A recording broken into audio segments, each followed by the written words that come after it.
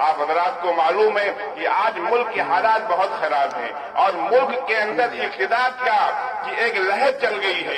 آج ہماری جو بچیاں ہیں، ہماری جو لڑکیاں ہیں، ہماری جو بہنیں ہیں، وہ غیروں کے ہاتھوں میں جا رہی ہیں. وہ مذہب اسلام کو چھوڑ رہی ہیں. مذہب اسلام کو جو چھوڑ رہی ہیں اس کی جو بنیادی وجہ ہے کہ ہم نے ان کو دین کی تعلیم نہیں دیا، ہم نے ان کو مذہب کے بارے میں کچھ بتایا نہیں. آج وہ ہماری بچیاں ماحول کی خرابی کی وجہ سے، دینی تعلیم نہ ہونے کی وجہ سے اور معاشرہ خراب ہونے کی وجہ سے اور مخلوط تعلیم حاصل کرنے کی وجہ سے اور موبائل کی وجہ سے آج ہماری بہنیں غیروں کے ہاتھوں میں جا رہی ہیں.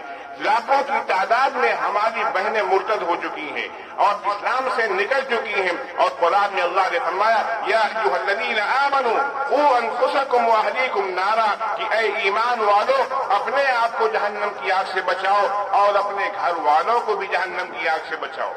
تو جہنم کی آگ سے بچانا جیسے ہمارے لیے فرض ہے، ویسے ہی اپنے بچوں کو بھی جہنم کی آگ سے بچانا یہ ہمارے اوپر فرض ہے.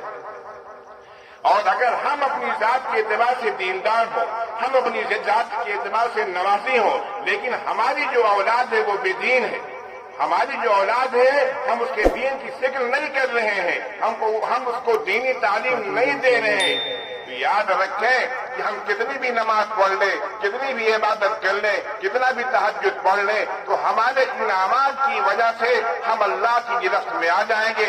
ہم نے اپنے فریضے کو ادا نہیں کیا ہے. ہمارے ذمے جس طریقے سے اپنے آپ کو جہنم کی آگ سے بچانا ہے، ایسے ہی اپنے بچوں کی بھی فکر کرنا ہے. یہاں پر اللہ تبارک و تعالیٰ نے نار کا لفظ استعمال کیا، جہنم کا لفظ استعمال کیا ہے کہ اپنے آپ کو جہنم کی آگ سے بچاؤ. جس طریقے سے جہنم کی آگ سے بچانا جو ہے اپنے آپ کو ضروری ہے، ویسے اپنے بچوں کو بھی ضروری ہے. تو آگ کا لفظ اللہ تبارک و تعالیٰ نے یہاں استعمال فرمایا ہے. اور یہ ایسے ہی ہے کہ جیسے ہمارا بچہ کھیل رہا ہو اور وہاں پر کہیں آگ جل رہی ہو اور اس آگ کے اندر کی قریب اگر ہمارا بچہ جا رہا ہے تو کیا ہم صرف سمجھانے پر اکتفا کریں گے کہ بیٹا اس آگ کے قریب مت جانا، وہ آگ بہت خطرناک ہے، اگر اس آگ کے قریب جاؤ گے، اس آگ میں داخل ہوگے تو جل جاؤ گے؟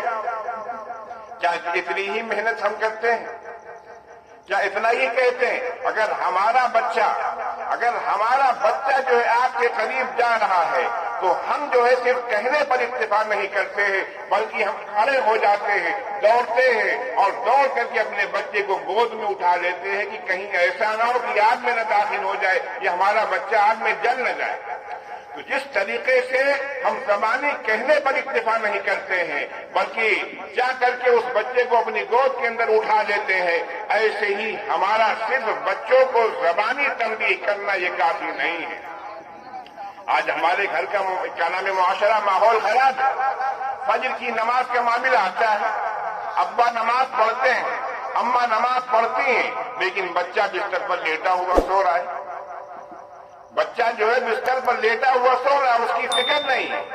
ایک دو مرتبہ آواز دے دیا تو دے دیا، اگر نہیں آواز دیا تو کوئی بات نہیں ہے، اور یہ کہا جاتا ہے کہ بچہ اٹھتا ہی نہیں.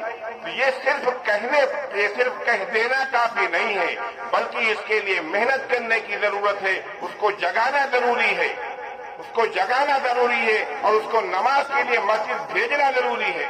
اس لیے بھائی ہم اپنی ذمہ داری کو سمجھیں. اللہ تبارک و تعالیٰ نے ہم کو جو ذمہ داری دے کر کے بھیجا ہے وہ یہی ہے کہ ہم اپنے اندر بھی دینداری پیدا کریں اور ہم اپنے گھر والوں کے اندر بھی دینداری پیدا کریں. حدیث کے اندر ہے کلکم راع وکلکم مسئول عن رعیتہ، کہ تم میں سے ہر ایک راعی اور نگہبان ہے اور تم میں سے ہر ایک سے کل قیامت کے دن اس کی رعایا کے بارے میں سوال کیا جائے گا. اس لیے بھائی ہم سب جو ہے ذمہ دار ہیں. جو آدمی جیسا ہے اتنی ہی بڑی اس کی ذمہ داری ہے. اگر باپ ہے تو اس بیٹوں کی ذمہ داری اس کے سر ہے، اگر شوہر ہے تو بیوی کی ذمہ داری ہے، اگر ماں ہے تو بچوں کی ذمہ داری ہے. تو کہنے کا مطلب یہ ہے کہ جو آدمی جتنا بڑا ہوتا ہے اس کی ذمہ داری اتنی ہی زیادہ ہوتی ہے. اگر کوئی جو آدمی گاؤں کا ذمہ دار ہوتا ہے تو پورے گاؤں کے سلسلے میں کل قیامت کے دن سوال ہوگا. اگر ملک کا ذمہ دار ہوتا ہے تو ملک کے عوام کے بارے میں کل قیامت کے دن اس سے سوال کیا جائے گا.